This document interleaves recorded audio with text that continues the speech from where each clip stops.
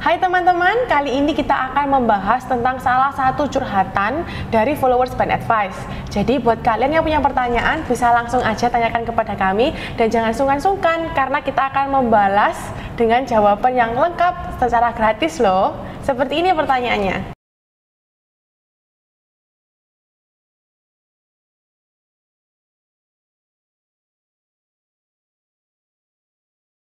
Jadi gimana nih Pak pendapat Anda mengenai hal tersebut? Intinya ceritanya di sini tuh ada pelaku usaha yang buka bisnis sejak tahun 2003 ya. Sudah izinnya lengkap semua, tapi dia tuh nggak daftar merek. Iya. Jadi dia nggak punya merek terdaftar. Nah kemarin waktu tahun 2017 ada pelaku usaha lain ya ini ya. Mereka sudah mendaftar duluan dan mengirim somasi baru-baru ini ke follower kita ini gitu, karena nama yang dipakai sama walaupun logonya beda. Iya. Gitu ceritanya. Nah jadi sekarang dia nanyain ke kita apakah perlindungan mereknya pihak yang satunya itu berlaku surut atau enggak gitu. Kok masih bisa disomasi padahal dia kan sudah pakai duluan, bahkan sudah terdaftar di pemerintah setempat. Iya, untuk siupnya ya itu Pak yang terdaftar. Iya, siup izin-izinnya, nama usahanya dia sih nggak nyebut sih nama PT atau gimana ya. Nah mungkin ini kita bahas saja poin yang pertama. Jadi masalah ini yang sering salah kaprah, nama usaha dengan merek. Nah, nama usaha itu kita sebutnya nama usaha itu misalkan nama PT-nya, nama CV-nya, nama toko.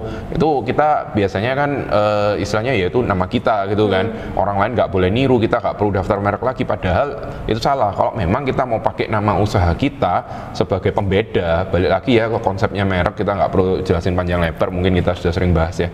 Tapi kalau kita mau gunakan sebagai pembeda, itu kita harus lindungi sebagai merek. Itu poin yang utama. Jadi walaupun nama PT kita sudah terdaftar, itu terdaftarnya di Kementerian Hukum dan HAM waktu kita bikin PT melalui notaris. Tapi nama itu kalau kita mau pakai ke barang atau jasa kita, ya harus kita daftarin sebagai merek. Contohnya kita anggap nama usaha itu kayak nama kita itu loh, namanya Giovanni, Michael, Hans, itu kan nama kita. Nah nama itu langsung dilindungi sebagai merek. Jadi kita kalau mau buka toko, mau buka restoran, bisa langsung pakai nama itu. Ya kalau kita mau dilindungi harus kita daftarin nama kita gitu. Gitu. Kayak kantor hukum pun kita mau buka kantor hukum dengan nama X gitu. Nah nama X itu kita daftarin di kelasnya yang untuk kantor hukum itu. Itu sih poin yang utama ya. Jadi teman-teman harus ngerti bedanya nama usaha dengan merek. Nah nama usahanya ini kalau mau dipakai sebagai pembeda, contohnya nama barang atau nama toko, nama jasa gini ya, toko online. Nah itu harus didaftarin mereknya. Nah jadi yang perlu diingat ya, di Indonesia kalau kita ngomongin merek, kita menganut first to file system, di mana perlindungan itu diberikan kepada merek yang terdaftar gitu. Beda kalau di negara yang pakai sistemnya first to use. Jadi siapa yang pakai duluan untuk commerce atau untuk perdagangan, untuk jasa, maka itu bisa mendapatkan pengakuan duluan gitu kan. Kalau di Indonesia kita first to file, jadi yang diutamakan tuh pendaftaran. Nah, sekarang ke pertanyaan berikutnya. Apakah berlaku surut? Kan ini tadi ceritanya dia sudah buka bisnis dari berapa nih ya? Tahun 2003. 2003 ya. Nah, terus kalau dicek di database untuk mereknya dari yang satunya itu baru 2017 kan ya. Nah, sekarang pertanyaannya kapan merek itu mulai dilindungi gitu ya? Iya. Jadi kita kalau ngomongin permohonan pendaftaran merek, jadi kalau kita ada klien ke kita mau mendaftarin mereknya gitu kan, itu kan kita masuk proses permohonan. Nah, itu nanti dapat yang namanya tanggal penerimaan. Jadi misalkan per tanggal ini, let's say sekarang tanggal berapa? 18 November. Nah, nanti tertulis tanggal penerimaannya itu 18 November 2021. Iya. Nah, nanti kan ada proses pemeriksaan segala macam itu ya, pengumuman pemeriksaan sampai mereknya itu terdaftar. Nanti itu ada lagi yang namanya tanggal pendaftaran. Ya, let's say biasanya kurang lebih setahun ya. Misalkan nanti mereknya baru terdaftar atau registered di 18 November 2022 misalkan. Nah, tanggalnya yang dipakai itu yang mana? Nah, kita kalau ngomong merek itu berlaku surutnya sampai ke tanggal penerimaan. Gitu. Jadi walaupun baru registered, diterimanya itu di 2022, nanti tertulisnya tanggal dimulai perlindungannya itu di 18 November 2021 ya, tanggal hari ini kita filing itu. Gitu.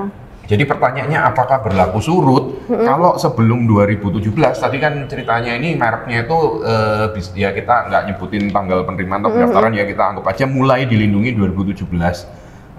Seharusnya yang dari 2003 sampai di 2017 itu merek itu belum dilindungi. Jadi ya dia bisa aja pakai. Tapi since 2017, since mereknya itu terdaftar sampai sekarang, dia kalau masih memakai, jadi yang si follower kita yang curhat ini, ya memang dia bisa dikatakan melanggar sih. Iya. Dan dari pihaknya yang satunya itu kalau mengirim somasi itu ya sudah ada dasarnya, sudah ada, jadi bukan sembarangan. Karena mereknya sudah daftar gitu ya Pak? Betul, karena kita di Indonesia pakai first to file system.